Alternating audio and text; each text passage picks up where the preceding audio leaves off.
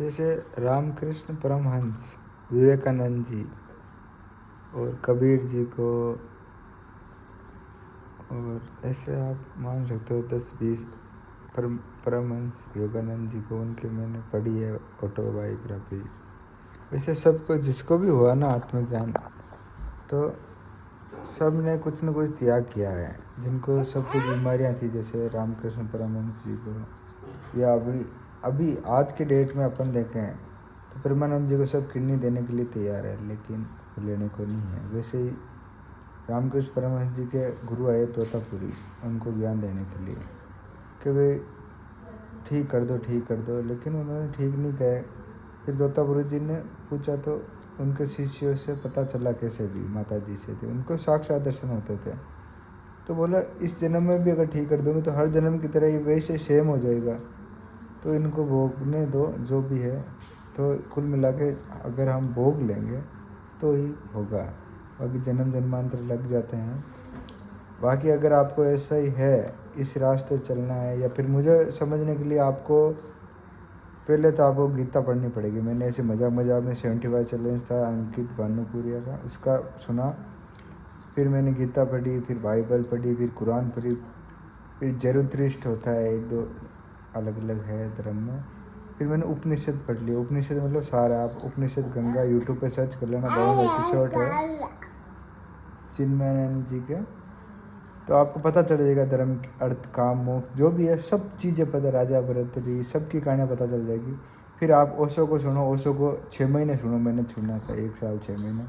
फिर सदगुरु का, जिसमें उन वो बताते हैं जैसे कि 2-2 2.5 लाख ऐसे वो मणियाँ होते हैं ना, सरप मणि, वो एलियन ही है वैसे तो, अगर मैं मानूँ, लेकिन मैं किसी को नहीं कह रहा, वो सही है, अच्छे हैं सब।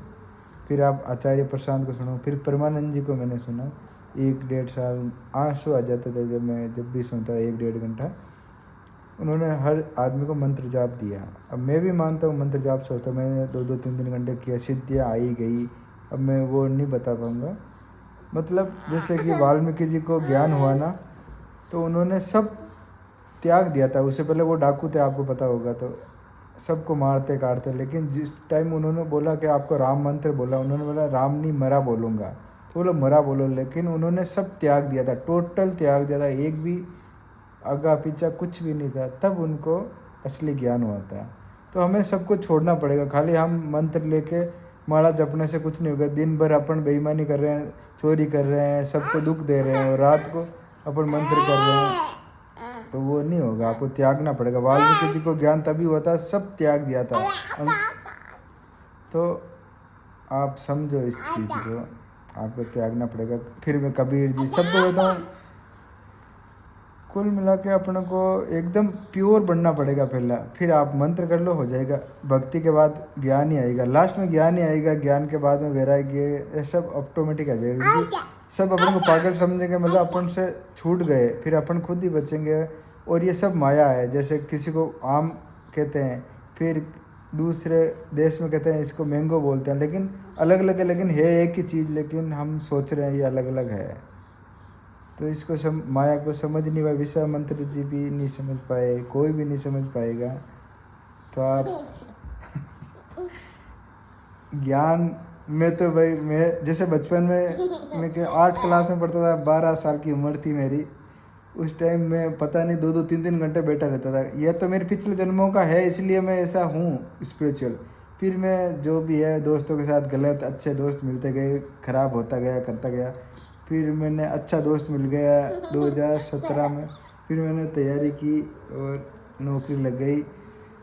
लेकिन फिर मेरा जैसे कि इस बच्ची की हुई ना डिलीवरी, उस टाइम मैंने स्पिरिचुअली वापस आ गया, क्योंकि मैंने सब किताबें पढ़ डाली, क्योंकि ये वहाँ थी इसके नामेरे में। तो फिर मुझे पता चला क्या होता है स्पिरिचुअली, मैंने सब पढ़ लिए जितने भी होते हैं ना। मुसलमान को अभी भी जाता हूँ, कुल्ला वो अल्लाह अहमद अल्लाह समद यम कलुद इलो मौलूद, ये सूरह इखलास है, ऐसे बाइबल कुरान टोरा जो आप समझोगे सब मैंने पढ़ लिया। ओशो को पढ़ लिया, छः मतलब जो होता है सब। तो लास्ट में यही एक आध्यात्मिक प्रत्यक्ष ज्ञान है, आप सर्च कर लेना आध्यात्मिक प्रत्यक्ष ज्ञान। फिर मुझे पता चला कि भाई ईमानदारी और सत्कर्म, इन दो से आप पहुंच सकते हो। और विवेकानंद है, रामकृष्ण परमहंस है, कबीर है, इन सबको ऐसे नहीं कर सकता डिग्री दे के कभी ये बड़ा है, ये छोटा है, ये नीचे है, ये बड़ा। आत्मज्ञान मतलब आत्मज्ञान मतलब आत्मा को जान लिया, फिर क्या बचे, कुछ बचे करने, सब बराबर है, यही आत्मज्ञान है। इससे आप समझ सकते हो और आपको पता चल जाएगा। बाकी आप मुझे पूछ सकते हो पर्सनल, लेकिन आपको उस लेवल का होना पड़ेगा पहले। Thank you, bye.